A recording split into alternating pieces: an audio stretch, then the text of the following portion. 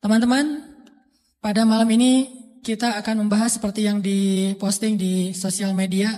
Tadi juga disampaikan oleh MC kita, Buni, membahas tentang realitas hubungan kita dengan Allah. Tentang realitas hubungan kita dengan Allah. Yang kayak gimana? Ya gitu. Kita sering memuji-muji Allah dengan lisan kita, tetapi pujian kita itu enggak selaras dengan hati kita. Kita sering berzikir menyebut keagungan Allah dengan kalimat subhanallah, alhamdulillah, Allahu akbar, masya Allah, dan seterusnya.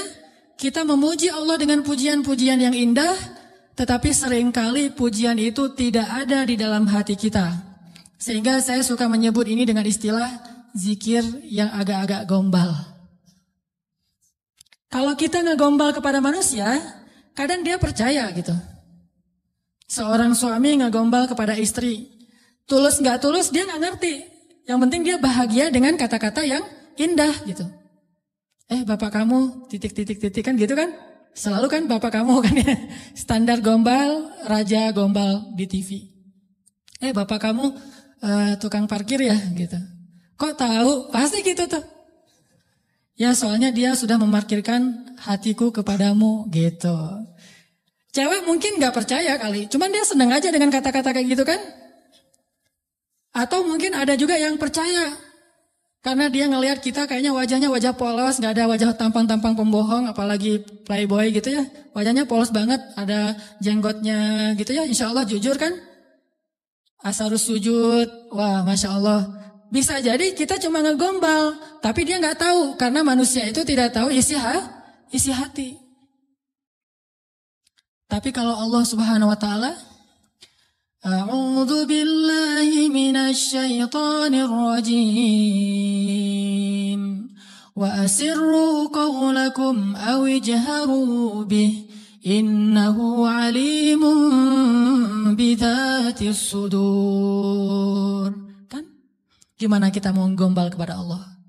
Wa asirru qawlakum, kalian sembunyikan kata-kata kalian di dalam hati maksudnya. Awi jaharu bih, atau kalian tampakkan, kita ucapkan dengan lisan. Innahu alimun bidzatis sudur. Allah Maha tahu apa yang ada di dalam hati. Jadi nggak akan berhasil ngegombalin Allah tuh nggak akan berhasil. Kalau kita nggak jujur dengan lisan kita yang sesuai dengan hati kita, itu nggak akan terjadi keajaiban dalam hidup kita. Inilah realitas dari hubungan kita dengan Allah. Makanya Allah sering bilang ke kita seolah-olah, kok gitu? Barusan kamu bilang hasbi Allah, cukup bagi saya Allah. Tapi kok nggak cukup kalimat Allah itu menggetarkan hati? Padahal kalau orang bilang hasbi Allah, cukup bagi saya Allah, pas disebut nama Allah, udah selesai masalah dia gitu. Contoh, ada musibah. Terus temannya bilang, tenang, ntar Allah ganti dengan yang lebih baik. Kan disebutkan nama Allah, tenang, ntar Allah ganti dengan yang lebih baik. Oh ini ada doa nih. Wakhluf li khairam minha, ya Allah beri saya ganti yang lebih baik. Apakah kata-kata ini cukup buat kita sehingga kita tenang? Sehingga kita tidak lagi terus-terusan dalam keputusasaan terhadap musibah-musibah yang kita hadapi? Kalau enggak, berarti kita gombal mengatakan hasbi Allah. Katanya hasbi Allah, kok enggak cukup sih Allah buat kita? Padahal Allah berfirman di dalam Al-Quran, Innamal mu'minun, orang mukmin yang sebenarnya, Innamal mu'minuna alladzina idza dzukirallahu wajilat qulubuhum. Kalau disebut nama Allah hatinya gemetar. Maksudnya ngerespon gitu di dalam hati. Jadi mantap imannya, jadi mantap keyakinannya, jadi mantap tawakalnya kepada Allah Subhanahu wa taala. Benar enggak sih hasbi Allah? Coba. Kalau lagi bete, lagi ilfil, lagi nggak mood aja nih. Lagi sedih, lagi galau berat. Yang buat bete, ilfil, galau berat kita itu reda apa? Jujur ya. Apakah sholat? Apakah jalan-jalan? Apakah makan-makan enak? Apakah main game? Apakah dengar musik? Apakah nonton film yang baru keluar? Mana yang paling gampang buat bete kita hilang? Itu jujurnya tuh. Kalau misalnya kita lagi bete, wudu, sholat, Allah Akbar. Selesai sholat, hilang tuh bete. Berarti benar, hasbunallah, hasbiyallah. Tapi kenyataannya termasuk saya nih, gak gitu-gitu amat. Begitu ada masalah, sholat. Begitu selesai sholat, ini nonton di mana ya? Sama aja kan? Sholat sih, cuman habis sholat ternyata belum cukup. Belum bilang juga nih, saya udah sholat, saya udah zikir, saya udah doa, saya udah tilawah Al-Quran. Saya malah udah tahajud, udah puasa. Tapi belum hilang juga, masih ilfil banget nih. Ya mau cari makan enak mau makan yang pedas-pedas gitu. Atau mau cari kopi. Berarti belum hasbun, belum cukup. Masih butuh tambahan. Memang berpengaruh, tapi belum cukup. Sholat ya menenangkan, cuma belum bisa menyelesaikan masalah. Berarti kita masih gombal dalam zikir kita. Makanya Allah bilang, kok gitu? Katanya saya cukup buat kamu. Kok kamu masih mencari solusi yang lain setelah saya? Kok kamu masih menyekutukan saya dalam mencari jalan keluar terhadap masalah-masalah kamu? Berarti kamu tuh gak benar ngomongin hasbi Allah. Orang yang benar-benar mengatakan hasbi Allah itu kayak Ibrahim tuh. Ketika dia masuk ke dalam api, dilemparkan ke dalam bara api, tiba-tiba Jibril datang kepada Ibrahim mengatakan, ya Ibrahim, alakah hajah? Apakah kamu punya sesuatu yang kamu butuhkan? Sal, tu'ta, minta kepada saya nanti saya akan kabulkan. Kata Jibril. Apa kata Ibrahim? Amma ilaik fala. Kepada kamu? Enggak. Saya tidak butuh siapapun. Hasbiyallah wa ni'mal wakil. Baru Allah padamkan tuh api, keajaiban. Kenapa kita mengucapkan banyak kalimat zikir tapi tidak terjadi keajaiban-keajaiban dalam hidup kita? Mungkin kalimat kita itu belum jujur. Belum sesuai dengan hati kita dan realitas kehidupan kita. Makanya zikir kita itu belum powerful. Harusnya zikir yang powerful itu begitu kita bilang hasbi Allah, api padam. Jadi kalau ada kebakaran, hasbi Allah, gak butuh telepon pemadam kebakaran, selesai sudah.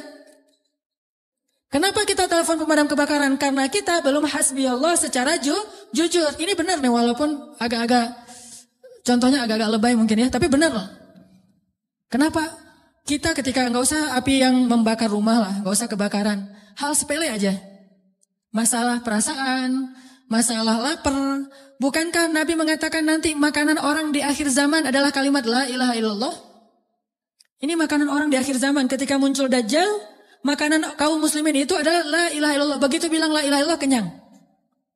Itulah orang yang selamat di masa Dajjal. Kira-kira kalau sekarang Dajjal keluar, kita selamat nggak?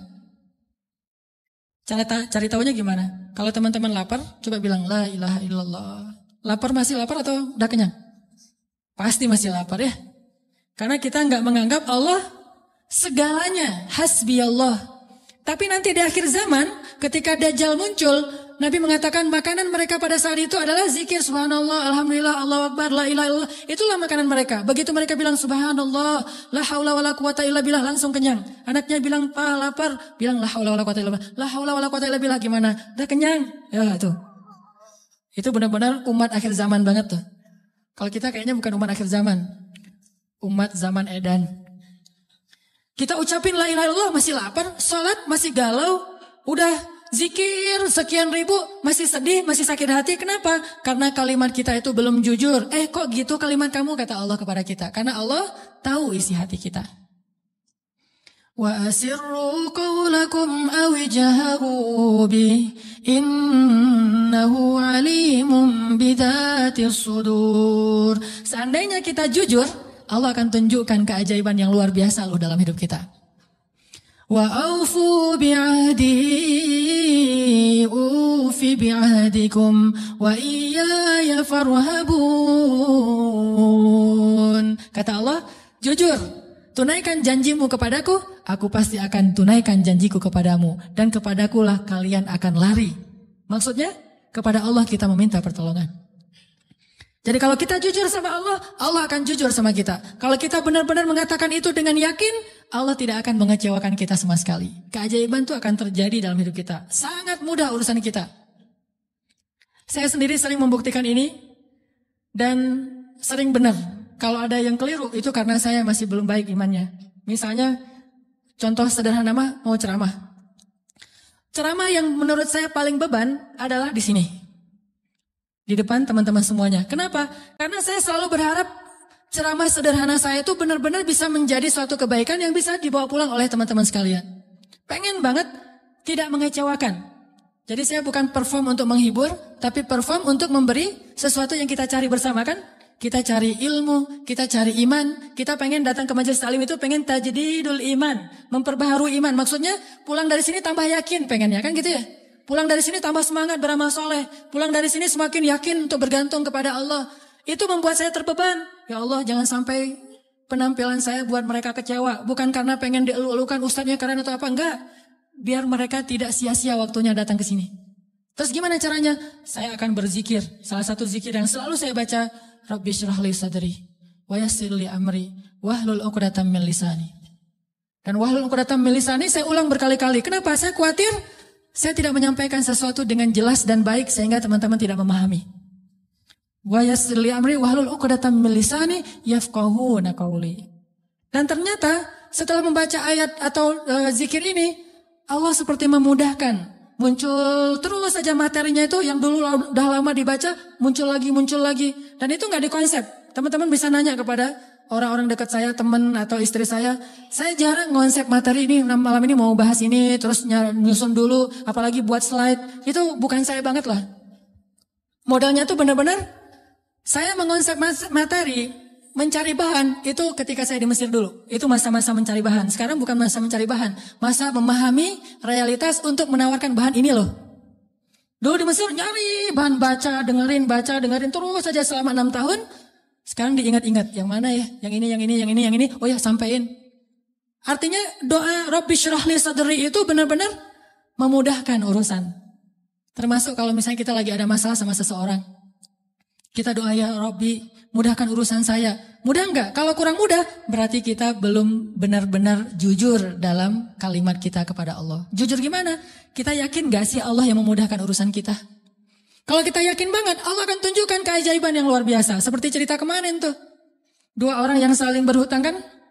Yang satu memberi hutang dan bertanya, siapa saksinya? Kata yang berhutang, Allah saksinya, boleh enggak? Kata yang memberi hutang, oh boleh, Allah itu sebaik-baik saksi dan itu jujur, yakin gitu. Coba kalau kita lakukan itu sekarang, mungkin kita akan dikhianatin, akan dirugiin sama banyak orang. Kenapa? Karena enggak yakin banget kepada Allah SWT. Masih ada setitik ragu. Ntar kalau dia bohong gimana? Bukankah ada Allah? Ntar kalau dia lupa gimana? Bukankah ada Allah? Ntar kalau dia berubah pikiran gimana? Bukankah ada Allah? Ntar kalau dia hilang tiba-tiba enggak membayar hutang gimana? Bukankah ada Allah? Bukankah ada Allah? Ini jarang kita ucapkan. Kita masih ragu walaupun kita mengatakan hasbiyallah, hasbunallah. Makanya jarang melihat keajaiban. Padahal kalimat itu kalimat-kalimat yang mukjizat, powerful. Sebagian mungkin pernah dengar cerita Imam Hasan Al-Basri. Tahu Imam Hasan Al-Basri? Salah satu ulama generasi tabi'in, generasi kedua.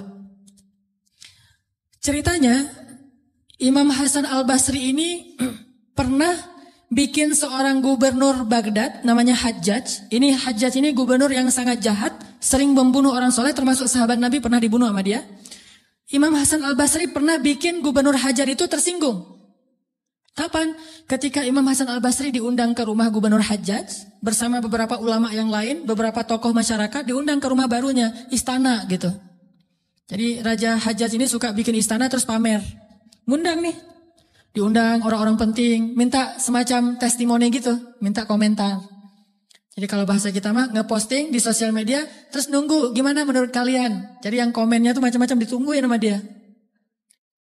Nanya ke setiap orang yang tamu yang diundang, gimana menurut kamu istana saya? Rata-rata mengatakan ini bagus, istana pertama yang saya lihat yang paling indah segala macam. Bahasa-bahasa memuji lah. Dan gak jujur. Begitu giliran Hasan Al-Basri, ya Syekh Hasan, gimana menurut Syekh tentang istana saya? Syekh Hasan mengatakan, saya sama sekali tidak tertarik dengan semua ini. Sesungguhnya apa yang ada di sisi Allah lebih baik daripada apa yang ada di sisi Anda. Ini ucapan Hasan Al-Basri. Karena lagi ada acara makan siang kayak gitu, banyak orang, Hajjaj menahan emosi. Dia tersinggung banget, marah sebetulnya. Akhirnya udah selesai obrol-obrolan, makan, pulang. Saat pulang, Raja Hajjaj mengutus 2 orang prajurit untuk menangkap Hasan Al-Basri di tengah jalan. Suruh bawa balik lagi ke istana. Mau dia apa? Mau dipancung. Karena dia suka mancung, orang soleh. Tangkap tuh Hasan al-Basri. Di tengah jalan didatangi pengawal raja, kemudian dibawa lagi ke istana mau dipancung. Begitu Hasan al-Basri berhadapan dengan Hajjaj, Hasan al-Basri kemudian berdoa di dalam hatinya. Yang tadinya Hajjaj marah besar, pengen bunuh Hasan al-Basri, pengen memancung Hasan al-Basri, tiba-tiba pas ngelihat wajah Hasan al-Basri, Hajjaj ini berubah seperti orang yang kena hipnotis. Tiba-tiba dia tersenyum, tiba-tiba dia jadi orang yang humble, hangat banget, langsung memeluk Hasan al-Basri. Selamat datang wahai Syekh, selamat datang, duduk. Syekh, beri saya nasihat, terus dikasih makanan, minuman. Setelah itu dipersilakan pulang, dikasih kendaraan yang terbaik. Sampai akhirnya Hasan al-Basri keluar dari istana. Ketika di tengah jalan, pengawal-pengawalnya Hajjaj bertanya kepada Hasan al-Basri, "Ya Syekh, kami tadi diutus oleh raja menangkap Anda agar Anda dipancung karena raja tersinggung dengan obrolan tadi ketika makan siang. Dan raja dalam keadaan marah besar. Tapi begitu bertemu dengan Anda, tiba-tiba dia berubah. Jadi baik, jadi kasih sayang, jadi luluh, emosinya jadi reda. Apa yang Anda lakukan kepada dia? Apakah Anda punya sihir?" Kata pengawal. Kata Hasan al-Basri, "Saya tidak pakai sihir." "Terus apa?" "Saya sebelum bertemu dengan Hajjaj, tadi saya berdoa." "Apa doanya?" "Ya Rabbi, Engkaulah yang menggenggam hidupku. Kepadamulah aku berserah. Ya Rabbi, padamkanlah amarah di hati Hajjaj sehingga aku selamat sebagaimana Engkau mendinginkan api kepada Ibrahim sehingga dia selamat." Ini yang dibaca oleh Hasan al-Basri. "Ya Allah, padamkanlah amarah di hati Hajjaj sehingga aku selamat dari kezalimannya sebagaimana Engkau menyelamatkan Ibrahim dari api yang panas." Tiba-tiba Allah padamkan marahnya. Ini namanya zikir, doa powerful. Kenapa? Karena hati Hasan al-Basri itu benar-benar bergantung kepada Allah itu 100%. Gak ragu sama sekali. Gimana pun pengawalnya banyak, tidak membuat dia ragu kepada Allah. Allah lebih besar. Gimana pun kuatnya Hajjaj, tidak ragu kepada Allah. Allah maha kuat. Sehingga kalimat yang sesuai dengan hati, Allah tunjukkanlah keajaiban kepada Hasan al-Basri. Langsung luluh, langsung berubah dari marah menjadi sayang kepada Hasan al-Basri. Kenapa kita jarang melihat keajaiban? Karena ucapan kita itu belum selaras dengan hati kita. Gak yakin-yakin amat sama Allah. Sering bilang la haula wala quwata illa billah. Tapi kita masih yakin ada kekuatan lain yang mempengaruhi hidup kita. Padahal kata Nabi kepada Ibnu Abbas, kalau semua orang berkumpul dan ingin menolong kamu, mereka tidak dapat menolong kamu kecuali dengan seizin Allah. Kalau mereka semua berkumpul ingin mencelakai kamu, mereka tidak bisa mencelakai kamu kecuali dengan ketetapan Allah. Allah, Allah, Allah, di tangannya lah segala kebaikan, di tangannya lah segala kerajaan.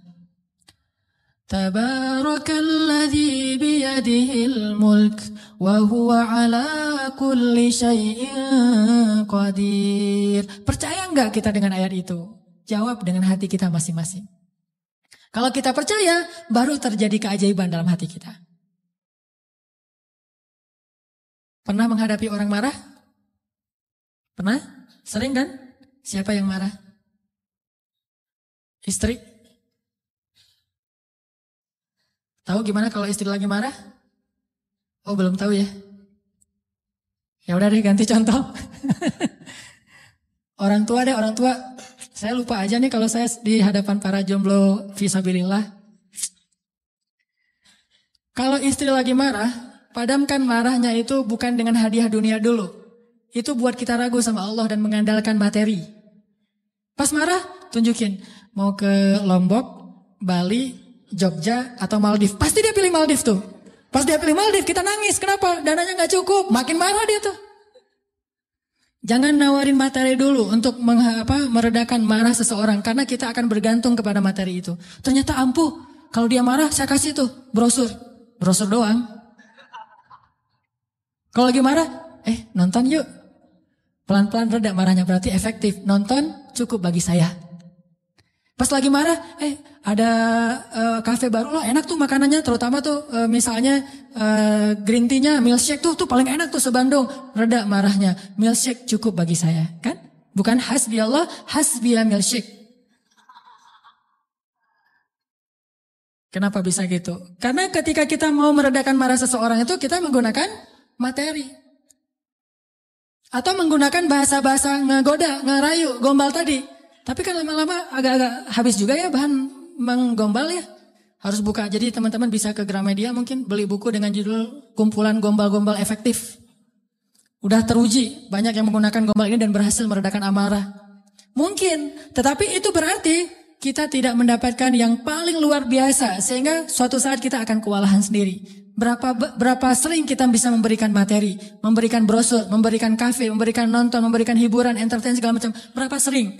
Coba sesekali ketika menghadapi seseorang yang marah, andalkan Allah. Pas mau ketemu orangnya, Ya Rabbi, Ya Rabba Ibrahim, wahai Tuhan Ibrahim, padamkanlah amarah istri saya sebagaimana engkau memadamkan api bagi Ibrahim. Terus temuin, kalau masih marah, ya Allah astagfirullahaladzim, berarti saya belum jujur nih. Masih belum yakin sama Allah, istighfar lagi, ya Allah padamkan. Masih marah, ya Allah padamkan. Terus saja sampai yakin.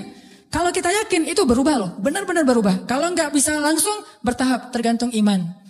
Ada orang yang imannya baru redam amarah seseorang itu 1 jam. Berarti imannya iman 1 jam. Ada yang setengah jam, ada yang 10 menit. Ada yang begitu ketemu, berubah langsung. Sampai orang yang marah itu juga terheran-heran. Kenapa ya? Saya tadi sebetulnya lagi sebel banget sama kamu. Tapi pas melihat kamu jadi berubah, kenapa ya? Karena Allah. Ini mah masalah iman. Bukan masalah fasihnya mengucapkan hasbi Allah. Semua kita mah namanya hasbi Allah pasti fasih. Apalagi sadaqallah, itu paling fasih itu. Sadaqallahul azim itu fasih banget. Kenapa? Apalagi baca 1 juz pengen sadaqallah cepet-cepet kan? Itu fasih. Bismillah fasih, hasbi Allah. Insya Allah tahsin hasbi Allah wa ni'mal wakil. Malah kita kadang-kadang kalimat hasbi Allahnya tuh lebih keren daripada sahabat loh. Kalau sahabat kalimatnya cuma gini, hasbunallah wa ni'mal wakil. Kalau kita hasbunallah wa ni'mal wakil, ni'mal maula wa ni'man nasir. Coba lihat panjangan siapa ucapannya? Panjangan kita kan? Sahabatnya cuma sedikit, Ibrahim lebih sedikit lagi. Hasbi Allah segitu doang. Kita ramai, oh jangan cuma hasbi Allah, tambahin dong. Jangan terlalu irit-irit dalam berzikir. Ramai aja di broadcast soal panjang pendeknya zikir. Tapi dua-duanya gak powerful, gak ngaruh.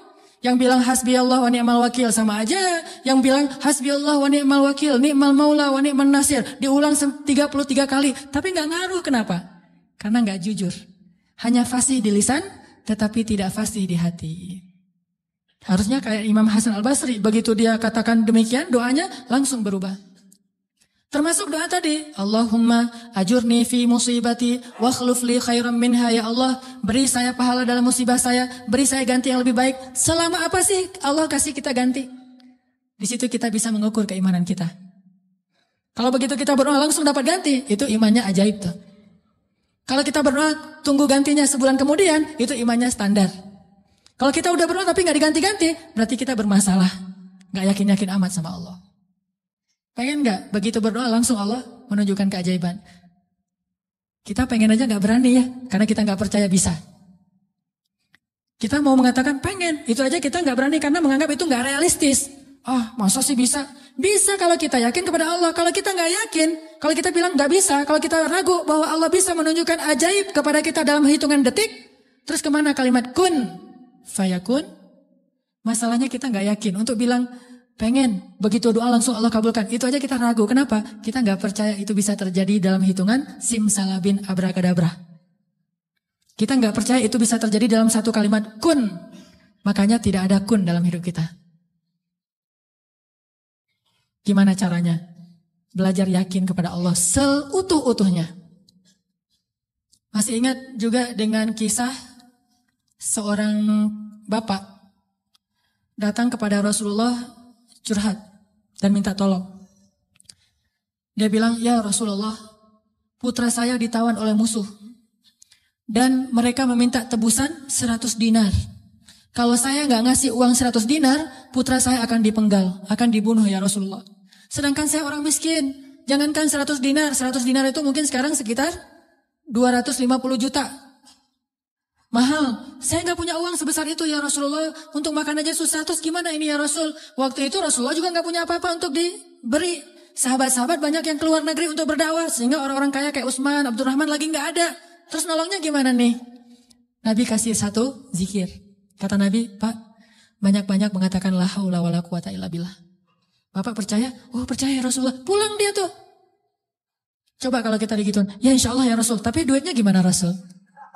Tetap aja kan. Udah minta zikir, minta duit. Yang konkret dong Rasul kalau kasih zikir, kalau kasih solusi. Zikir itu solusi paling konkret. Justru yang lain itu nggak konkret. Yang lain itu Allah tunjukkan kepada kita karena Allah sayang kepada kita. Allah tahu iman kita lemah. Kalau seandainya Allah mau memberikan kepada kita keajaiban menurut iman, mungkin kita nggak dapat apa-apa dalam hidup. Akhirnya Allah berilah kita pertolongan, jalan keluar. Cuman butuh waktu karena iman kita juga butuh waktu. Kita taubat aja butuh waktu, ya. Untuk hijrah aja butuh waktu. Untuk taubat butuh waktu. Mau sholat aja minta tambahan waktu. Udah azan jangan sekarang deh, ntar lagi. Gimana kita mau dapat pertolongan Allah yang sekarang? Fair gak sih kalau Allah mengatakan, oh bentar lagi ya hambaku, orang kamu juga barusan sholatnya juga bentar lagi. Allah kasih tuh. Begitu Nabi bilang, ucapkan banyak-banyak membaca la haula wala quwata illa billah. Dia yakin langsung mengatakan, oh ya insya Allah, yakin gitu. Akan terjadi keajaiban, bukan ya ada Utsman gak Rasul? Enggak. Abdurrahman bin Auf rumahnya di mana ya? Enggak nanya-nanya orang kaya, udah aja yakin. Pulang dia tuh. La haula wala quwata illa billah, la haula wala quwata illa billah, la haula. Artinya apa? Tidak ada daya dan upaya dari makhluk. Allah lah yang maha kuasa. Pulang ke rumah, istrinya nungguin. Pak gimana? Udah ketemu Rasulullah. Dapat solusinya, dapat uang pinjaman dari siapa? Enggak. Terus gimana? Nabi ngasih kita solusi yang lebih baik daripada itu. Apa? Ucapkanlah la haula wala quwata illa billah. Istrinya enggak protes, langsung bilang, oh ya, langsung la haula wala quwata illa billah. Berdua tuh la haula wala quwata illa billah. Enggak ada, ya kirain duit 100 dinar. Enggak sama sekali, yakin. Begitu malam, sepanjang siang mereka la haula wala quwata illa billah, malam hari tiba-tiba putranya pulang. Enggak sendiri, bawa ternak, bawa kambing banyak tuh, domba dibawa. Ada ratusan ekor domba dia bawa pulang. Di luar orang apa nih apa? Ada domba, siapa? Oh putra kita, Masya Allah. Pelukan, kangen gitu ya. Kamu gimana bisa selamat? Kata putranya, wahai ayah, ada keajaiban. Tadi, tiba-tiba, ketika saya sedang diikat dan besok mau dipenggal, pengawal-pengawal saya itu tiba-tiba pada ngantuk, tertidur, dan tiba-tiba ikatan saya menjadi longgar, sehingga saya bisa melepaskan diri, dan bahkan ketika saya mau pergi, saya kepikiran, kenapa saya nggak bawa domba-domba aja sebagai ghanimah? Domba 100 ekor, kira-kira berisik gak sih? 100 ekor domba berisik gak? Berisik kan? Berisik banget kan? Tapi seberisik itu, orang yang ngawal dia tuh nggak bangun loh. Allah udah tutup telinga dan penglihatan mereka. Mereka nggak bangun sama sekali, dibawa. Dan untuk ngumpulin domba 100 ekor, kira-kira butuh berapa jam? Itu bukan kerjaan yang gampang. Ngumpulin 100 ekor, digiring ke satu arah, udah gitu berisik lagi. Ada yang domba yang lari ke sana, ditarik lagi. Namanya domba kan? Domba-domba yang tersesat gitu deh.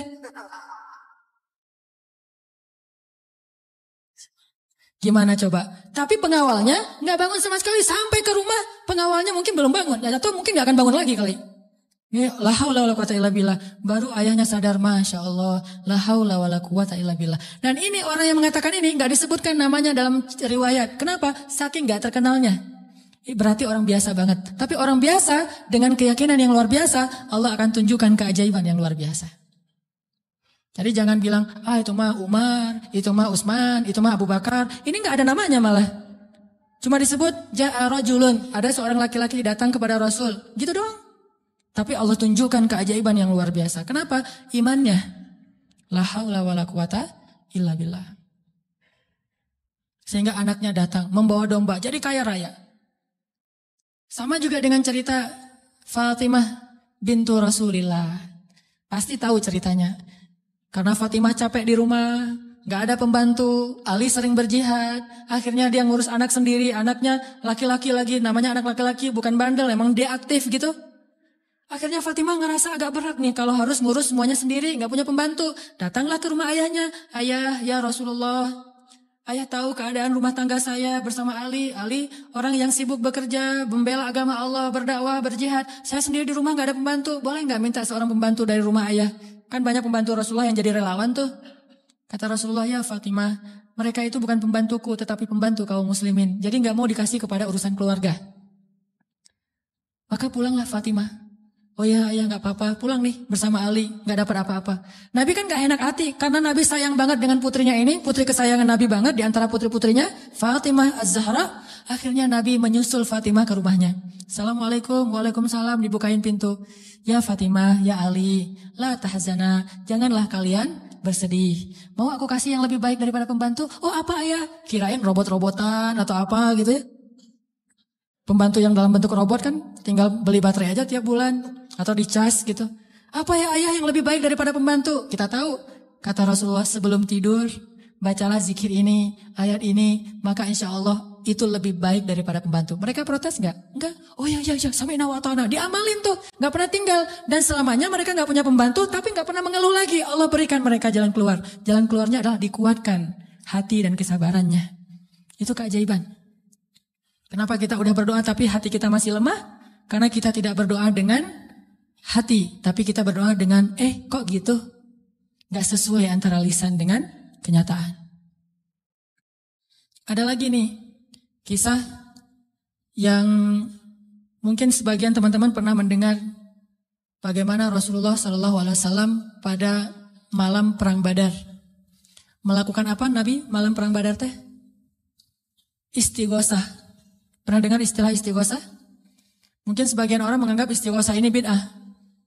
Istighosah itu salah satu di antara hal yang paling luar biasa yang dilakukan Nabi dan disebutkan di dalam surat Al-Anfal, "Idz tastaghitsuna rabbakum." Ketika kalian beristighosah kepada Tuhan kalian. Apa itu istighosah? Berdoa dengan penuh keyakinan. Malam sebelum terjadi perang Badar, semua para sahabat itu tidur. Dan luar biasanya tidurnya juga sampai mimpi lah gitu. Mimpi apa? Mimpi basah. Ini serius. Jadi semua sahabat pada malam itu digoda oleh setan sehingga mereka mimpi basah. Dan ketika bangun dari tidur mereka harus mandi junub. Tapi tidak ada air. Akhirnya Allah turunkan hujan. Pada mandi di bawah hujan semuanya sambil bertakbir. Pada malam itu cuma 2 orang yang gak tidur. Rasulullah dan Abu Bakar As-Siddiq. Ngapain? Doa kepada Allah. Salah satu yang terekam dalam sejarah di antara doa Nabi pada malam perang Badar apa? Ya Allah, seandainya besok kami semuanya terbunuh, maka saya khawatir tidak ada lagi orang yang menyebut namamu di muka bumi. Tolonglah hamba-hambamu ini ya Allah. Terus berdoa dan mengangkat tangannya tuh gak gini. Tapi mengangkat tangannya tuh gini. 2 tangan. Nabi berdoa dengan mengangkat tangan setinggi-tingginya. Rabbi gitu. Terus berdoa kayak gitu sampai syal Nabi jatuh, ditaruh lagi oleh Abu Bakar. Jatuh dan menangis sampai basah janggutnya Rasulullah SAW yang mulia. Kemudian Abu Bakar yang sedih mengatakan, ya Rasulullah hasbuk. Cukup ya Rasulullah, Allah sudah mendengar doamu, cukup. Nabi gak cukup, terus saja berdoa. Apa yang terjadi besok? Allah utus malaikat ribuan untuk menolong Rasulullah dan para sahabat. Dan kita lihat hasil perang Badar. Bukan karena dia Rasulullah, tetapi karena imannya adalah imannya seorang Rasulullah. Kalau kita punya iman minimal dekat atau mirip dengan imannya seorang nabi, Allah akan tunjukkan mukjizat yang mirip dengan seorang nabi yang disebut dengan karomah. Itulah keajaiban. Jadi bukan mustahil.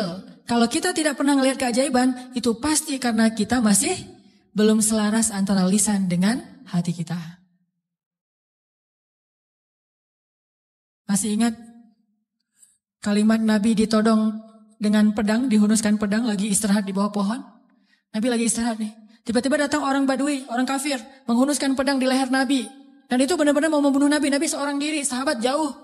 Terus laki-laki itu mengatakan, ya Muhammad, sekarang kamu sendiri. Kalau saya akan membunuh kamu sekarang, siapa yang bisa menolong kamu? Rasulullah dengan tenang dan mantap mengatakan, Allah. Kalimat Allah itu membuat laki-laki tadi gemetar dan jatuh pedangnya. Coba, ini kalimat Allah kayak gimana? Coba kita ucapkan Allah, ada yang gemetar nggak? Allah, apaan nggak dengar? Ya. Biasa aja. Jadi kalau ada musuh, misalnya kita lagi marahan nih di jalan, ada orang yang marah, pengen ngancam kita, Allahu Akbar. Dia langsung gemetar gitu, langsung tunduk, langsung nggak bisa berdiri. Berarti ini Allahu Akbar kita ini udah benar-benar powerful. Tapi kenyataannya kan nggak pernah kan? Kita bilang Allah terus orang gemetar gara-gara kata-kata kita. Rasul bisa kayak gitu loh. Jadi kalimatnya sama yang kita ucapkan dengan yang Rasulullah ucapkan, tetapi hatinya beda. Nabi mengatakan, Allah gemetar tangannya, jatuh pedangnya, diambil oleh Nabi. Dihunuskan ke leher orang itu. Nabi bertanya, sekarang kalau saya membunuh kamu, siapa yang menolong kamu? Kata dia, engkau wahai Muhammad. Cuma engkau yang bisa menolong saya dan menyelamatkan saya. Akhirnya Nabi membiarkan dia pulang, dan dia akhirnya pulang dalam keadaan selamat dan menyebarkan agama Islam kepada kaumnya. Jadi, sesi pertama ini kesimpulannya apa? Salah satu di antara sebab tidak banyak terjadi keajaiban dalam hidup kita karena iman kita belum ajaib. Insya Allah nanti habis sholat isya saya mau sharing kisah-kisah yang menurut saya lebih powerful untuk jadi pelajaran buat kita dalam berdoa, berzikir dan memohon pertolongan Allah Subhanahu Wa Taala. Insya Allah. Oke, teman-teman sekalian, tadi kita sampai kepada beberapa kisah tentang gimana menyelaraskan antara lisan dengan hati kita sehingga bisa terjadi banyak keajaiban dalam hidup kita. Ini kisah-kisah yang tadi kita dengar adalah bukti gitu. Orang kalau selaras antara lisan dan hatinya pasti terjadi keajaiban. Kalau ketika kita berdoa hati kita yakin seutuhnya kepada Allah, pasti Allah gak akan ngecewain kita. Gak mungkin. Allah itu gak mungkin mengecewakan kita. Allah sendiri kok yang berjanji, wa idza sa'alaka ibadi anni fa inni qarib ujibu da'watad da'. Itu Allah yang bilang, ujibu da'watad da'. Aku tuh dekat. Artinya berharaplah kepadaku gitu. Dan aku akan mengijabah setiap orang yang meminta kepadaku. Jadi Allah sendiri yang berjanji akan menunjukkan keajaiban, mengabulkan permintaan-permintaan yang baik dari hambanya, sehingga tidak perlu kita ragu, Allah gak mungkin ngecewain kita. Begitu kita berdoa yang selaras di hati kita, yakin kepada Allah, Allah akan tunjukkan. Itu rahasia paling gampang untuk hidup bahagia, untuk sukses, untuk dapetin apa yang baik-baik yang kita harapin. Contoh, kalau mau ngelamar seorang cewek, sebelum kita datang ke calon mertua, lobby dulu ke langit pemilik hati mertua. Jadi bukan dandan nomor 1, itu mah yang kesekian. Bukan misalnya bawa CV yang bagus, isi CV-nya teh. Kalau perlu tanggal lahirnya diedit, biar gak terlalu ketuaan gitu ya. Cuma diedit 1 angka doang, angka terakhir yaitu tahun. Kemudian pekerjaan, wira swasta. Kan sekarang wira swasta mah keren ya, pengusaha gitu ya. Walaupun wira swastanya masih baru merintis lah. Saya mah gak mau terlalu makin jelek nanti. Wira swasta, jualan apa misalnya, apa aja lah. Apa aja dijual gitu. Yang penting tidak menjual harga diri. Wah, semuanya diedit. Itu bukan yang paling penting. Yang paling penting adalah gimana ngelobi lah langit, pakai jalur langit. Minta kepada Allah yang menggenggam hati. Begitu di depan pintu pagar, la haula wala quwata illa billah. La haula sampai 100 kali. Kenapa 100 kali? Sampai yakin banget ini Allah yang menentukan hati seseorang hamba. Bisa dibolak-balik. Bisa jadi awalnya si calon mertua ini udah punya calon sendiri buat anak yang perempuannya. Mungkin lebih tajir, mungkin lebih keren, mungkin lebih berewokan, lebih nyuna gitu ya. Kita mah seadanya. Udah pakai wak doyok juga belum tumbuh-tumbuh. Ya gimana, udah begitu takdirnya kan, terimalah kenyataan. Akhirnya orang tua, calon mertua tadi yang udah punya rasa srek kepada yang lain, tiba-tiba berubah pas ngelihat kita. Wah, ini nih calon menantu saya nih. Kita baru mau ngomong, udah tenang aja. Kamu bukan hanya akan saya berikan anak saya, juga domba-domba gitu ya. Kan la haula wala quwata illa billah. Dikasih modal nikah, dikasih mahar, disiapin semuanya, dimudahin banget. Kenapa? La haula wala quwata illa billah. Itu lebih penting daripada mahar, lebih penting daripada bawa kendaraan apa.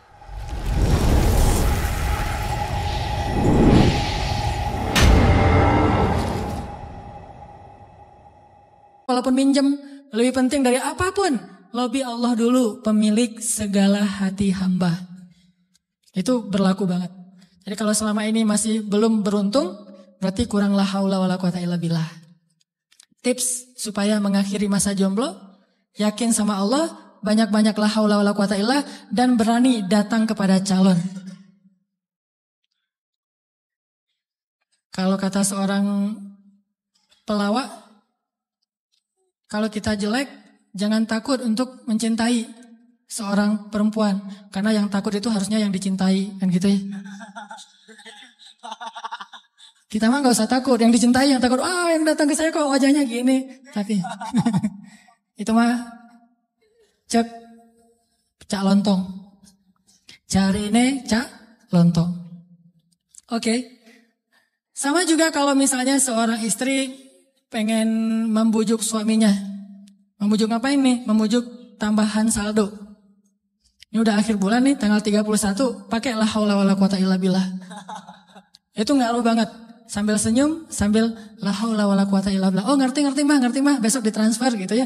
Gak usah bilang, "Pak, uang bulanan," gak usah. Bilang aja la haula wala quwata illa billah. Lobby Allah sehingga dia jadi sayang sama kita, dikasih lebih. Jalan ke mall, Lobby Allah supaya dia sayang sama kita, dikasih lebih. Jadi dibeliin apa. Ini semuanya karena kita yakin sama Allah yang maha kaya. Saya pernah dulu di tablik. Awal-awal saya dulu hijrah dari hidup gak jelas menjadi agak jelas. Saya waktu SMA juga masih belum jelas. Suka sama cewek tapi gak pernah disukai. Mungkin saya mirip dengan kata-kata Cok Lantong tadi kali ya. Suka, alhamdulillah gara-gara saya gak diterima, akhirnya saya gak pernah pacaran. Itu bukan karena saya gak mau pacaran, karena nasib aja. Jadi akhirnya gak bisa pacaran. Nah, pas sudah jelas gara-gara datang jamaah tablik berdakwah di sekolah saya, akhirnya saya masuk ke tablik yang khuruj 3 hari, 40 hari. Di tablik itu ada pelajaran tauhid yang menurut saya bagus ya, inspiring gitu. Kalau kita lagi makan nih, kan makannya tuh rame-rame tuh, pakai talam gitu kan, makan rame-rame. Terus ada petugas khidmat namanya yang ngasih-ngasih lauk, nasi, ikan segala macam. Jadi SOP di tablik, kalau kita lagi makan, mau minta tambahan makanan, nasi, ikan, atau lauk, itu gak boleh minta kepada yang khidmat. Kita ngomong, Allah, ikan, Allah. Datang tuh ikannya. Wah ini ikan, Masya Allah. Allah kasih datang ikan. Di situ belajar tauhid tuh. Ternyata kuahnya kurang. Allah, kuah, Masya Allah, kuah, Masya Allah. Datang tuh kuah tuh. Soalnya orangnya dengerin gitu ya. Tapi walaupun ini agak-agak menurut sebagian orang aneh, justru di situ kita belajar yakin sama Allah. Makanya saya sering cerita, awal-awal saya dapat hidayah ke tabligh itu, lagi mau main bola, keluar dari sholat asar di masjid, bukan keluar sholat asar, lagi main bola depan masjid. Masjid di Aceh itu kan luas-luas, selamanya bisa main bola. Ada orang main bola, ada sapi yang lagi ngerumput, karena saking luasnya halaman masjid. Udah gitu, lagi main bola dipanggil sama seorang jamaah tabligh dari Pakistan. Dia nyebutnya Maulana gitu. Orang tabligh kan kalau udah level ilmu tertentu disebut Maulana. Maulana ini manggil saya, come here gitu. Saya datang. Saya waktu itu masih anak muda gak jelas gitu. Duduk di sebelah dia. Dia tanya. Dia tunjuk-tunjuk ke langit gitu. Gak bisa bahasa Indonesia. Saya bilang, kenapa? Oh langit. Saya bilang, langit Allah cipta, kata dia. Terus tunjuk ke pohon. Saya bilang, pohon Allah cipta. Dia tahu bahasa Indonesia cuma satu kalimat, Allah cipta. Pohon Allah cipta. Saya tunjuk anak-anak, dia nunjuk anak-anak. Oh, orang Allah cipta. Itu aja selama setengah jam. Begitu setelah setengah jam Allah cipta. Tiba-tiba saya ngerasa kayak ada yang masuk ke dalam hati saya tuh sejuk banget. Saya langsung pergi wudu, saya sholat kayak orang dihipnotis gitu. Sholat asar sendiri, udah selesai sholat asar sendiri, dia temukan dengan tabligh yang ada di situ, orang lokal, masuklah saya ke tabligh, khuruj 3 hari. Pulang ke rumah, saya dianggap orang aneh oleh orang tua saya. Wah kamu gak boleh ke masjid lagi, kenapa? Kamu sekarang aneh. Aneh apa? Udah rajin ke masjid. Rajin ke masjid aneh dulu teh. Orang tua kan, takut ke jaring aliran apa mungkin, yang mau jadi pengantin, bom bunuh diri atau apalah, takut. Terus saya mulai pakai jubah waktu itu. Jubah putih, sorban putih. Begitu saya lewat depan tetangga, ada anak kecil lagi main. Dia bilang, mak, malaikat lewat gitu. Aduh, saya malaikat gitu. Luar biasa. Ini artinya belajar yakin. Kalau di beberapa dakwah itu benar-benar bab la ilaha illallah ini benar-benar kurikulum paling penting. Dan ini yang harus kita pelajari. Kalau kita ngandelin Allah banget dalam segala urusan, la yudayya'anallah, itu intinya. Allah gak akan ngecewain kita. Manusia bisa banget ngecewain kita. Bukan karena dia jahat. Kadang dia ngecewain kita karena emang dia gak mampu untuk memuaskan dan membahagiakan kita.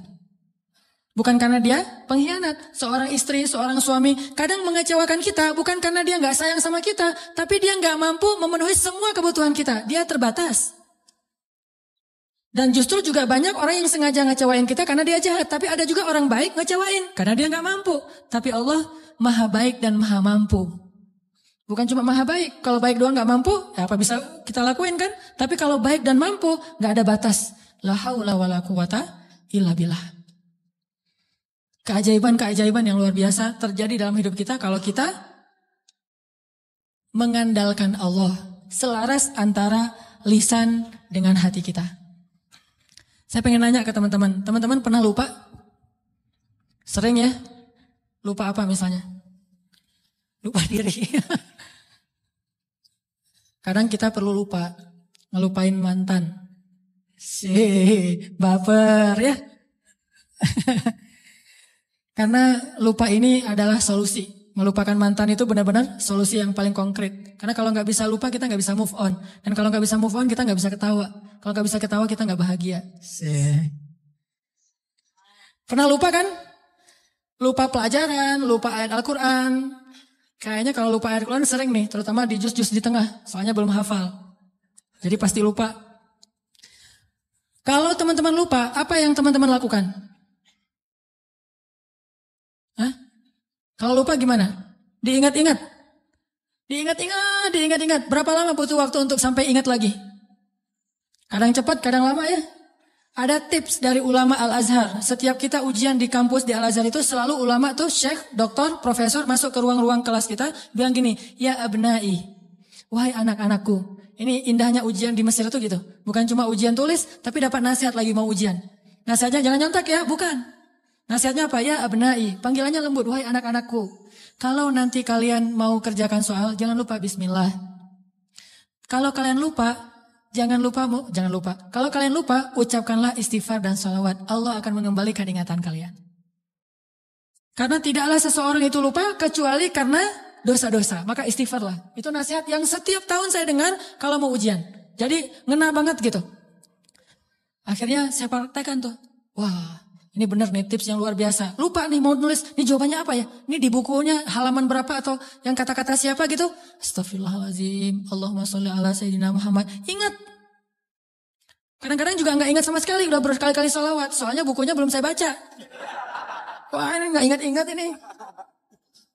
Kan ada masa-masa iman naik dan turunnya. Kalau lagi turun buku nggak dibaca. Pede banget, baca judul-judul doang gitu. Baca daftar isi. Jadi cara belajar cepat tuh baca daftar isi. Nanti kurang lebih kayak gitulah, di karang-karang aja gitu. Akhirnya nilainya harus di remedial, diulang. Padahal udah selawatan masih remedial. Kenapa nggak belajar? Kalau kita lupa, coba deh uji iman kita dengan istighfar dan salawat. Kalau belum ingat juga, berarti iman kita masih lemah. Lupa nama si fulan, siapa ya? Duh lupa namanya. Astagfirullahaladzim, Allahumma sholli ala sayyidina Muhammad. Langsung ingat. Itu berarti insya Allah udah bisa ngandelin zikrullah dalam hidupnya. Kalau belum bisa, berarti banyak-banyak istighfar. Andalkanlah Allah, la yudayyi'akallah, maka Allah tidak akan mengecewakan kita. Mau? Teman-teman pengen kalau misalnya ngelamar seorang cewek langsung diterima tanpa syarat? Mau? Serius? Gimana caranya biar terjadi keajaiban dalam hidup kita? Pengen ini, alhamdulillah dapat. Segala kebaikan yang kita pengenin dapat gitu. Pengen punya anak, Allah kasih anak. Ya Rabbi, wahanal azmu minni, washta'ala ar-ra'su syaiba, walam akun bidu'aika Rabbi syaqiyya. Ya Allah, saya sudah tua, rambut saya sudah beruban, tapi saya nggak pernah berputus asa dalam berdoa kepadamu. Fahabli min ladunka waliya yarithuni wa yarithu min ali Yaqub waj'alhu rabbi radiyya. Langsung Allah bilang, ya Zakaria, inna nubashshiruka bi ghulam ismuhu Yahya lam naj'al lahu min qablu samiyya. Ya Zakaria, langsung Allah kasih jawaban. Bergembiralah Zakaria, kamu akan punya anak laki-laki dan namanya saya kasih nama, bukan kamu yang cari di Google.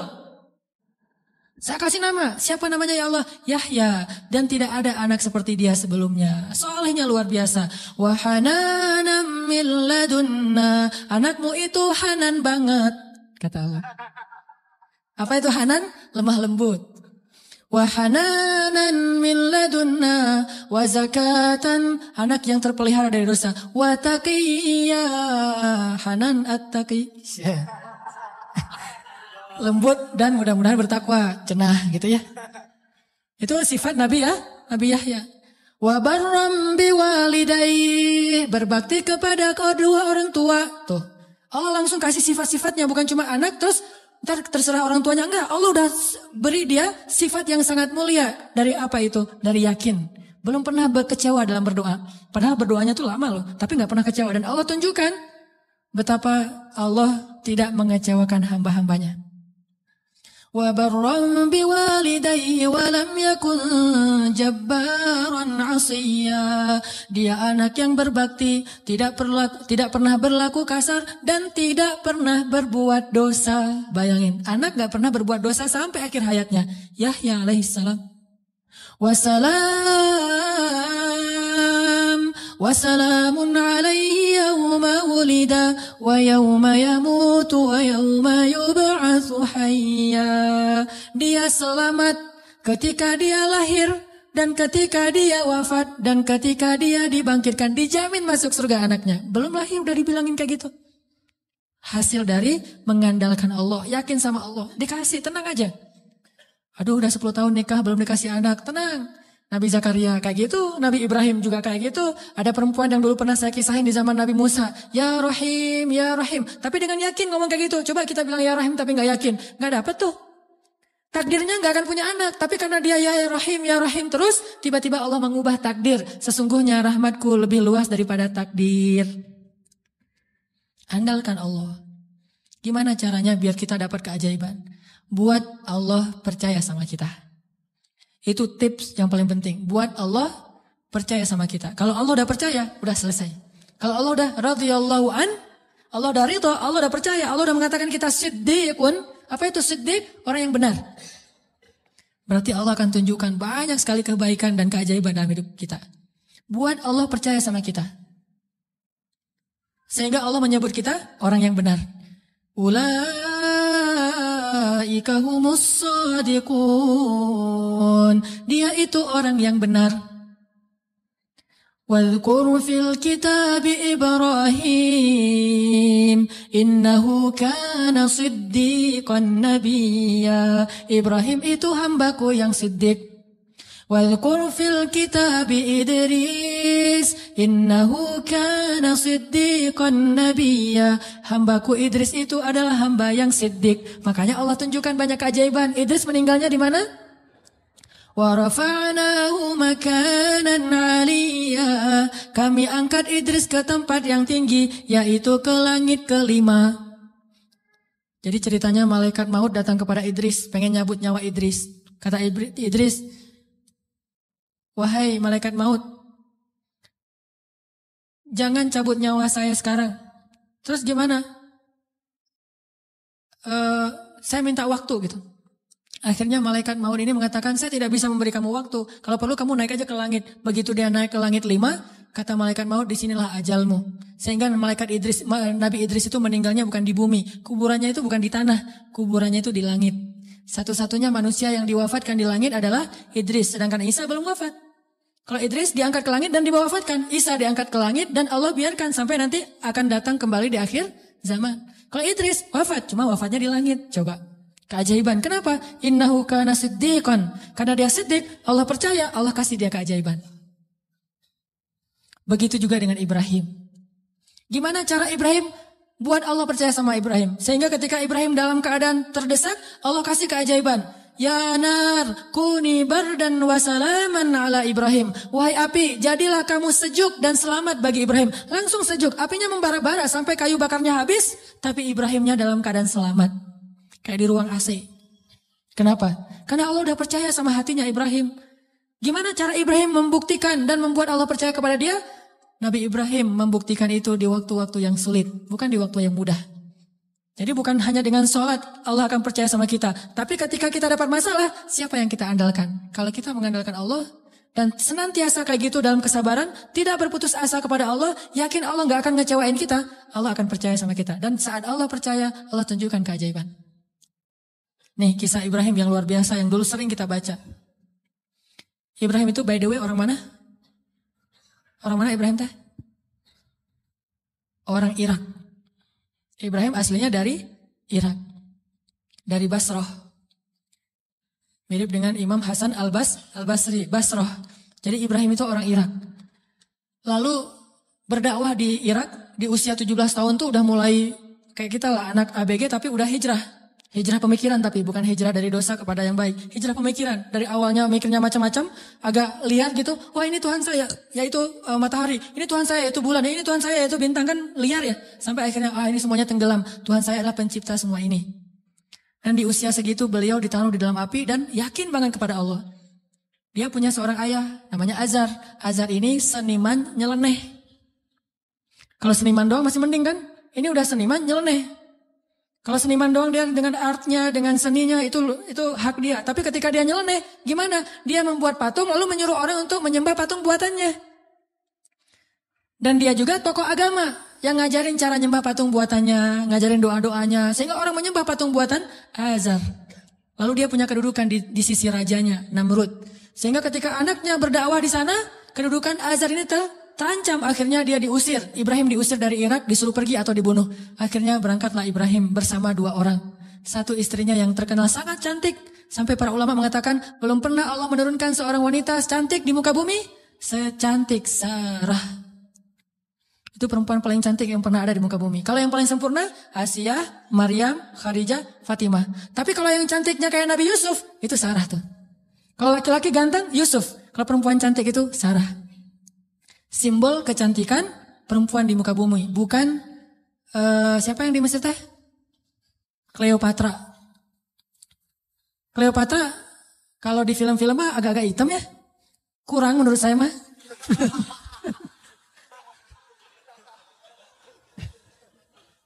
Kalau Sarah itu benar-benar cantik tuh. Simbol kecantikan wanita di muka bumi. Nanti kalau punya anak jangan lupa kasih nama Sarah.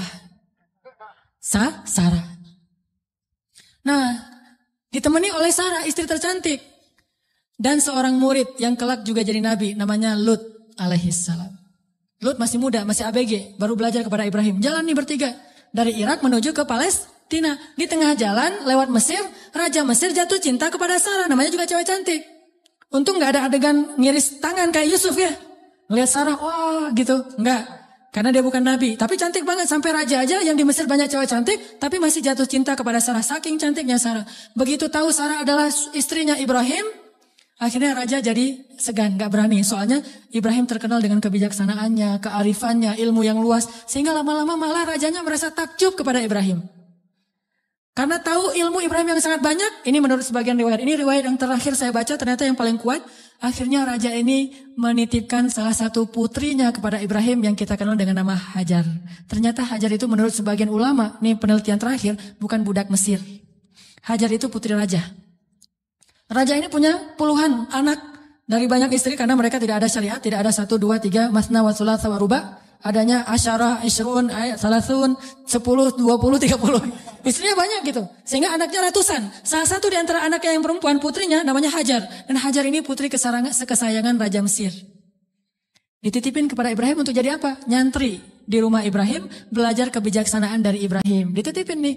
Hajar juga cantik. Tapi tetap Sarah paling cantik. Berangkat ke Palestina, bertiga sekarang, berempat. Ibrahim, Hajar, Sarah, Hajar dan Lut. Sampai di Palestina sekian tahun, Ibrahim gak dikaruniai anak dari Sarah. Akhirnya Sarah karena merasa tidak tega kepada suaminya, dan suaminya sangat menginginkan anak laki-laki untuk meneruskan dakwahnya, Sarah nawarin kepada Ibrahim, Kang Ibra, Kang Ibrahimovic kalau orang ini ya, kalau bola teh, Kang Ibra, apa neng? Ini Akang serius mau punya anak? Ya serius satu neng, siapa juga yang gak mau punya anak? Ini mah kalau disundakan. Gimana kalau Akang nikah lagi? Tuh neng jangan canda tuh neng gitu. Malu-malu gitu ya. Ini senangnya diceritain gini-gini nih. Padahal saya bukan mau ngomongin ini ya, tentang la haula wala quwata illa billah, cuman agak-agak banyak gimmicknya. Jangan bercanda, udah gak usah ngomong yang gitu-gitu, gak lucu. Ini emang gak lucu kan, serius. Sambil menitikan air mata, enggak. Terus maksudnya gimana? Gimana kalau dengan Hajar? Hajar udah belajar lama dengan Ibrahim. Dan udah ketahuan oleh Sarah, Hajar ini perempuan yang soleha, yang baik, yang bijaksana. Cocok insya Allah untuk Ibrahim. Dan dia lebih muda jauh. Akhirnya Nabi Ibrahim meminta petunjuk dari Allah. Kalau di kita mah sholat galau teh istikharah. Salat galau dulu. Kalau dulu Nabi Ibrahim minta petunjuk Allah, akhirnya Allah menyetujui. Ya udah, Sarah udah dapat petunjuk dari Allah. Gimana jawaban Allah? Ya aku sih terserah kamu.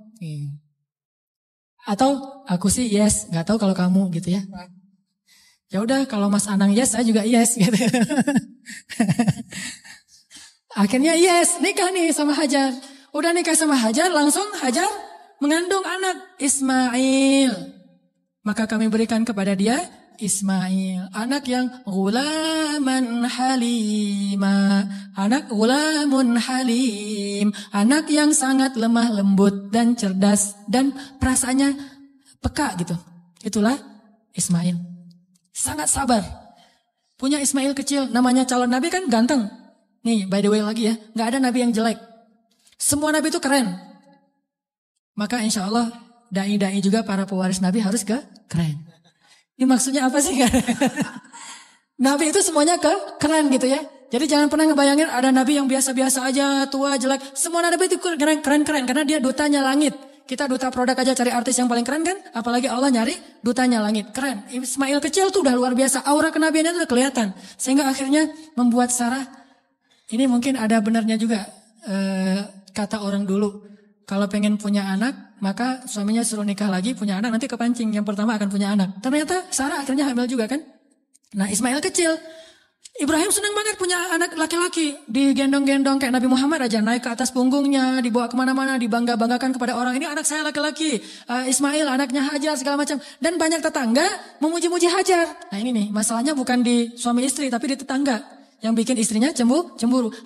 Sarah mah pasti awalnya niatnya baik. Gak akan cemburu, tapi gara-gara tetangga, Hajar hebat ya, udah punya anak ganteng, mirip banget dengan Hajar, gitu-gitu. Akhirnya Sarah kan jadi panas juga lama-lama tuh. Nah wajar, akhirnya Sarah mengusulkan, janganlah tinggal dengan serumah dengan saya udah gak tahan. Hening eh.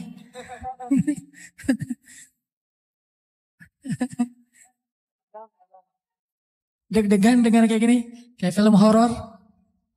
Kata Sarah, wahai, lupa, bukan wahai. Kang Ibra, Neng teh udah gak tahan serumah sama Hajar. Kenapa tuh Neng? Ya semua tetangga muji-muji Hajar. Aduh Neng teh apa itulah? Oh ya udah, minta lagi petunjuk Allah. Akhirnya Allah kasih perintahnya apa? Pindah rumah. Tapi nggak tanggung-tanggung, pindah kota, pindah negara dari Palestina ke Saudi Arabia. Dulu namanya Bakkah.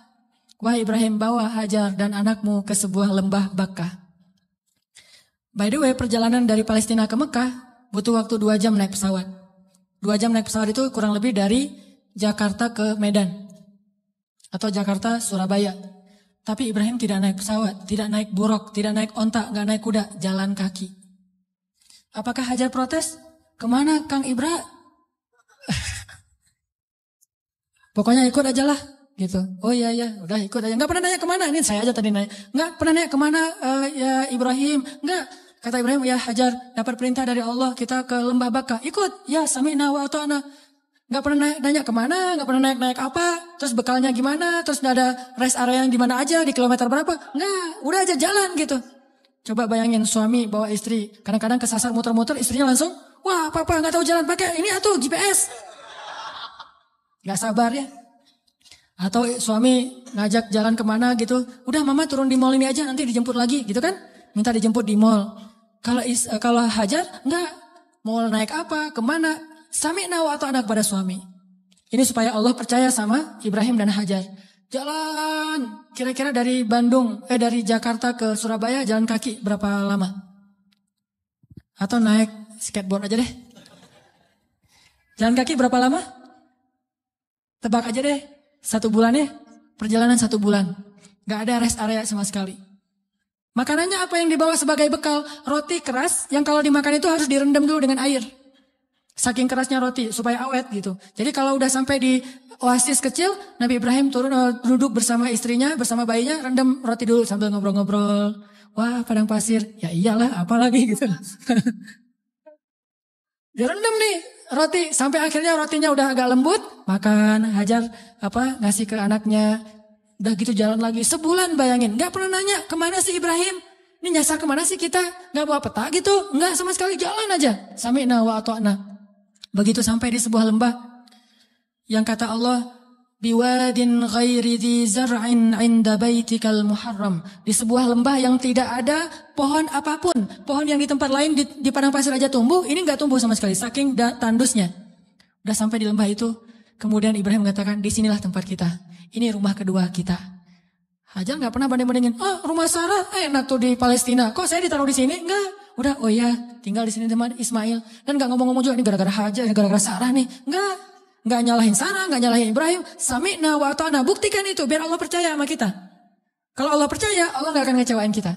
Sami'na wa ata'na. Ya, Ibrahim, ya. Tinggal di situ aja. Baru 3 hari tinggal di situ. Akhirnya Ibrahim mengatakan di satu pagi, ya Hajar, aku harus kembali ke Palestina. Baru di situ Hajar tanya, setelah sebulan gak nanya apapun, taat aja. Baru ketika mau ditinggal di lembah yang gak ada air sama sekali, cuma ada air di dalam tempat dari kulit yang mereka punya, dan itu hanya bertahan 1 hari lagi. Tiba-tiba Ibrahim bilang mau pergi ke Palestina lagi. Baru di situ Hajar bertanya dengan lembut sekali, ya Ibrahim, kenapa kamu meninggalkan kami di sini? Nanyanya gitu. Mendengar pertanyaan ini Ibrahim gak tega dan langsung pergi. Gak menjawab, gak ngelihat, pergi aja. Melihat suaminya pergi, anaknya lagi digendong.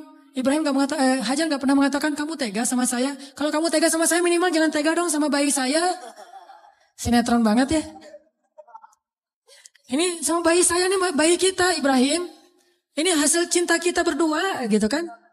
Enggak sama sekali, gak baper lah iman. Iman tuh mengalahkan baper. Ya Ibrahim, kenapa engkau tinggalkan kami di sini? Cuma sesingkat itu pertanyaannya, lembut lagi tuh. Dan gak marah-marah. Pokoknya kalau kamu pergi, jangan balik lagi. Gak gitu. Ibrahim gak tega. Akhirnya Ibrahim jalan aja. Begitu agak jauh Ibrahim jalan, baru Sarah nanya dengan pertanyaan yang benar. Allahu amaraka bihadza? Apakah Allah yang menyuruhmu begini? Allah. Jadi kalau A-nya panjang itu artinya apakah Allah? Kalau Allahnya pendek berarti Allah aja. Jadi kalau kita azan jangan Allahu Akbar, Allahu Akbar. Apakah Allah Maha Besar? Itu salah ya. Makanya A-nya jangan kepanjangan. Kecuali bertanya. Allah, A itu apakah? Makanya Hajar bilang Allahu amaraka bihadza? Apakah Allah yang menyuruhmu begini ya Ibrahim? Baru Ibrahim berhenti dan mengatakan ya. Ini setelahnya kalimatnya powerful banget. Apa kata Hajar? Idzan la yudayyi'anallah. Kalau gitu pergilah wahai suamiku. Allah gak akan mengecewakan kami. Coba. Baru Allah percaya sama Hajar. Kalau gitu pergilah suamiku. Allah gak akan mengecewakan kami. Jadi kita, Mah, Papa pergi dulu ya. Papa baru datang pergi lagi. Gak usah dijawab. Langsung aja nyalain kendaraan. Nanti istri akan nanya, Pak, Allah yang nyuruh Papa pergi gitu. Baru dijawab. Kalau dia nggak nanya gitu berarti pertanyaannya salah. Jadi jangan dijawab. Udah jangan nyalain kendaraan deh. Pakai helm. Gereng. Ujung-ujungnya baru nanti di SMS. Pak kemana Pak? Allah yang nyuruh Papa pergi ya. Baru kita bilang benar mah Allah yang nyuruh. Yaitu untuk talim. Kan Allah yang nyuruh kan? Talim. Oh kalau gitu pergilah Pak. Selama-lamanya.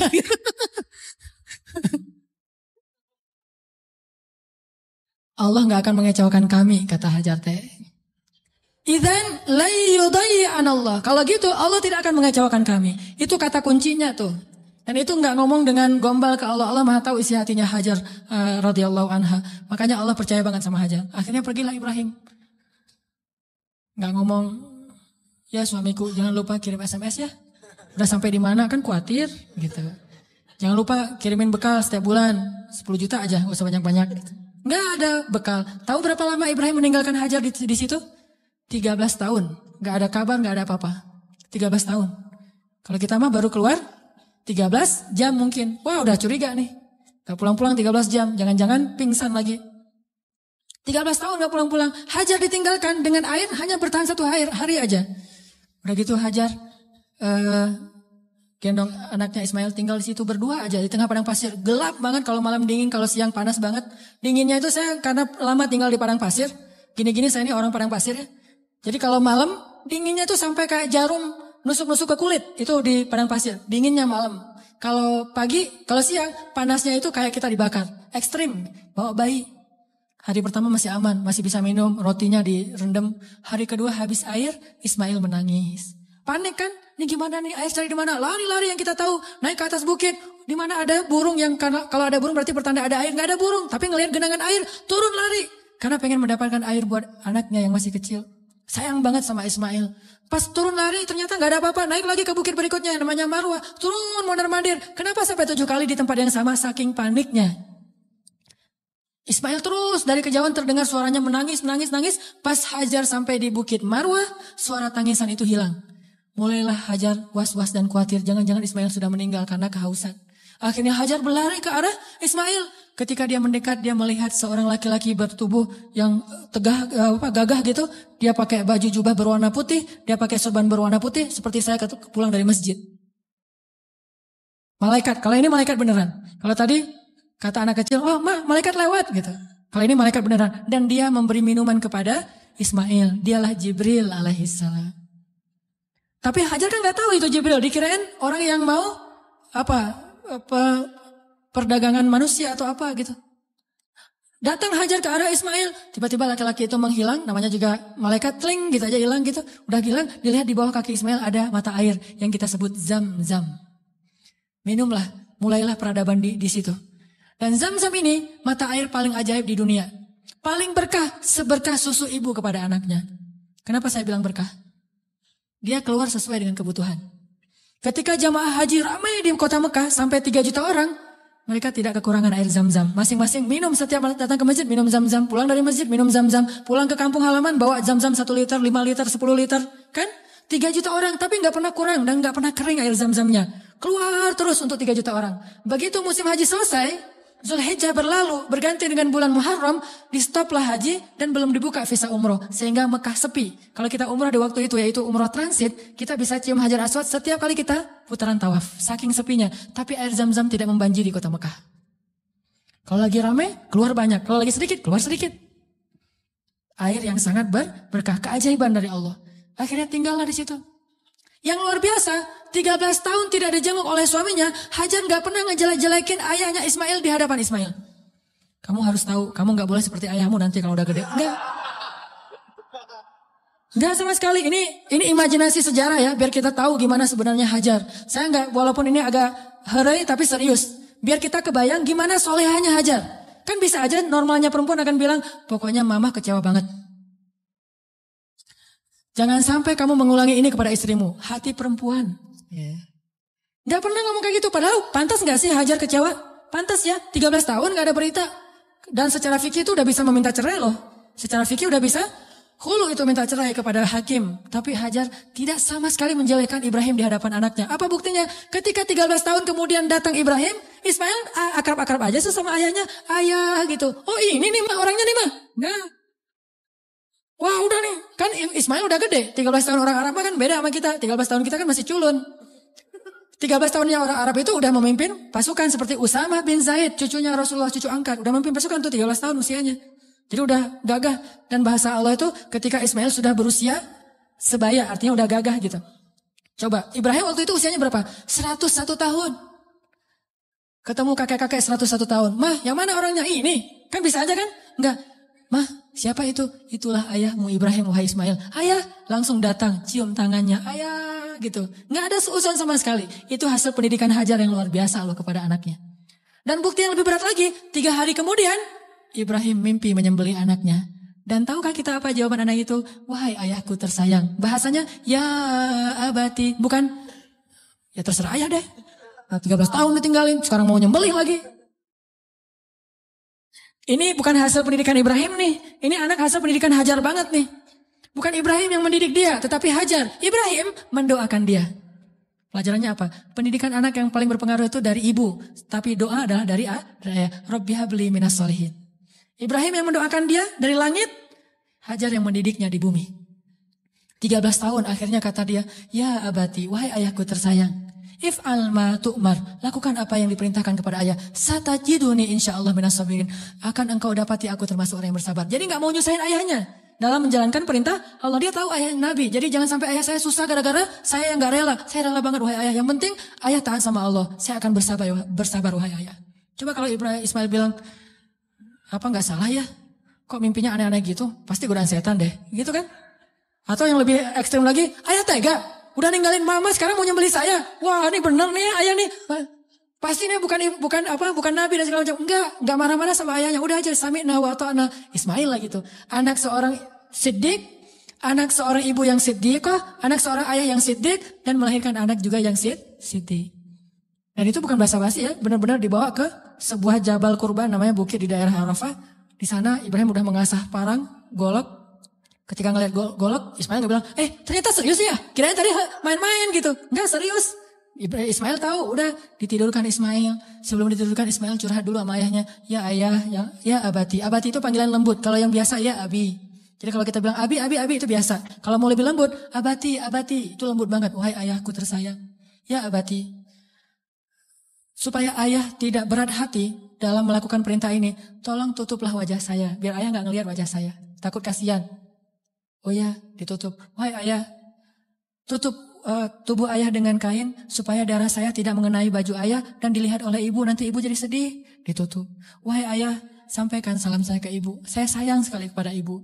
Coba gimana hati seorang ayah? Terakhir, ayah tajamkan pisau itu supaya memudahkan saya. Berarti yakin banget kan? Gak ada sama sekali kepikiran oleh Ismail, tenanglah ntar diganti dengan domba. Gak kepikiran. Itu mah kita yang udah yakin karena udah baca buku. Dan salah lagi baca bukunya. Buku yang kita baca tuh Ismail tiba-tiba berubah jadi domba. Terus Ismailnya kemana? Kan gitu kan bukunya? Padahal gak gitu. Ismailnya dibangunkan, dombanya keluar dari bukit terus disembelih. Bukan Ismail berubah jadi domba, tetap aja anaknya. Cuma dari kutuk jadi domba kan? Saya kayak malin kundang. Enggak, itu masalah dalam catatan buku sejarah. Ya ayah, sampaikan salam saya ke ibu ya. Dan tolong jangan ceritakan ini dulu kepada ibu. Padahal dia tahu ibunya soleha banget dan kuat banget. Akhirnya ditaruhlah golok itu di leher Ismail. Dan Ibrahim mengatakan Bismillah ya Allahu Akbar. Mau ditarik tuh. Yakin dan Allah tahu isi hati Ibrahim. Mau ditarik. Ismail udah pasrah aja. Udah ini terakhir kali saya hidup di dunia. Baru ketemu 3 hari dengan ayah saya. Pas mau ditarik. Allah tahan tangannya Ibrahim seperti orang stroke. Gak bisa gerak gitu. Baru Allah berfirman. Ya Ibrahim. Qad saddaqatar ru'ya. Engkau sudah membenarkan perintah. Allah udah percaya sama Ibrahim sekarang. Ditahan. Akhirnya kata Allah angkat Ismail. Ini adalah bala'ul mubin. Inilah ujian yang berat untuk melihat siapa yang benar-benar beriman. Gitu cara Allah percaya sama kita. Lewat ujian hidup kita. Lewat masalah-masalah kita. Apakah kita masih yakin sama Allah? Sampai ke titik darah penghabisan masih yakin sama Allah? Justru di titik itulah nanti Allah percaya sama kita. Allah ganti semua musibah itu sebagai rahmat. Allah kasih dia seekor domba yang sangat besar. Dan kelak itu menjadi syariat yang sangat indah bagi kaum muslimin. Diabadikan sepanjang masa. Ribuan tahun dikenang. Ini bukti. Maka buat Allah percaya sama kita, maka Allah gak akan mengecewakan kita. Ingat kata-kata Hajar, la yudayya'anallahu idzan. Kalau Allah yang memerintahkan gini, berarti Allah tidak akan mengecewakan saya. Cukuplah Allah yang menyuruh kita, yakin Allah gak akan ngecewain kita. Udah setelah itu, hasbunallah, la haula wala quwata illa billah, tawakkaltu 'alallah, aslamtu ilallah, dan seterusnya. Insyaallah kita akan melihat keajaiban. Itu aja teman-teman yang dirahmati Allah. Mudah-mudahan kita menjadi orang yang bisa selalu mengandalkan Allah dalam hidup kita. Sampai Allah percaya sama kita. Lalu Allah menunjukkan keajaiban dalam setiap urusan kita. Marilah kita tutup dengan berdoa. Semoga ilmu yang sederhana yang baru kita dapatkan benar-benar menambah semangat kita untuk lebih yakin kepada Allah Subhanahu wa taala. A'udzu billahi minasy syaithanir rajim. Bismillahirrahmanirrahim.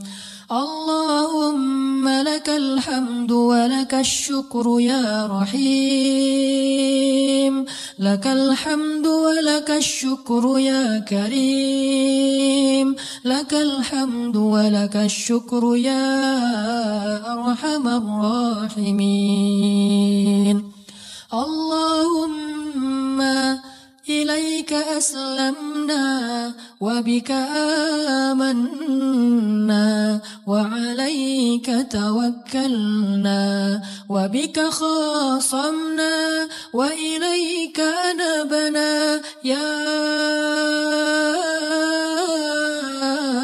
rabbal alamin ya rabbal alamin ya rabbal alamin. Allahumma anta rabbuna la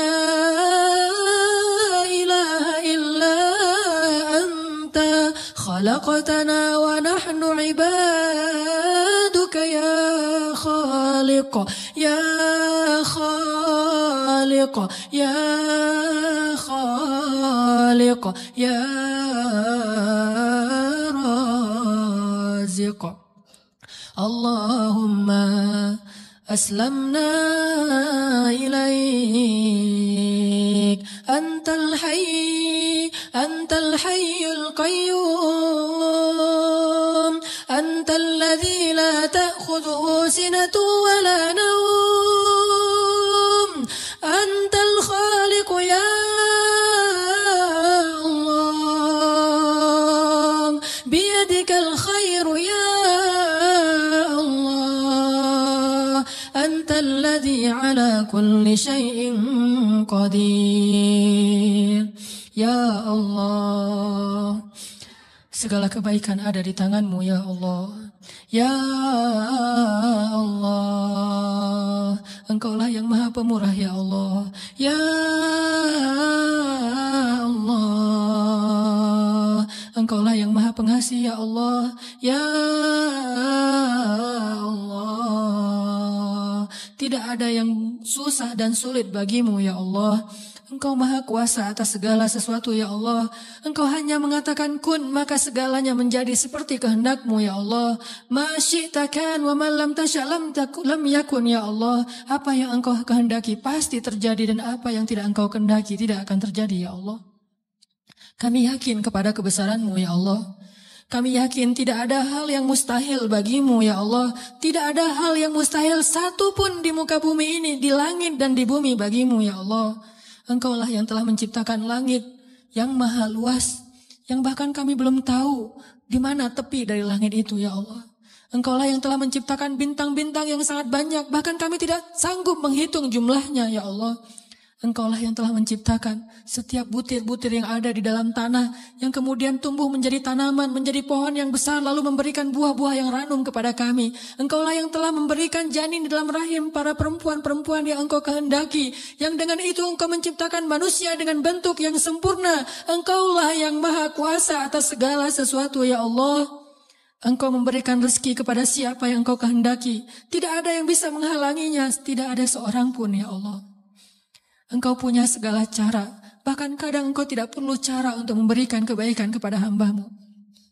La haula wa la quwwata illa billah. Tidak ada daya dan upaya kecuali Engkau ya Allah. Tidak ada daya dan upaya bagi kami kecuali dengan pertolongan dari-Mu ya Allah. Iya.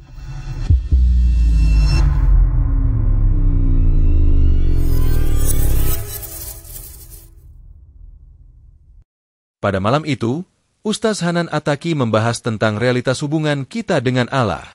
Ia membuka ceramah dengan menggambarkan bagaimana seringkali kita memuji Allah dengan lisan, tetapi pujian tersebut tidak selaras dengan hati.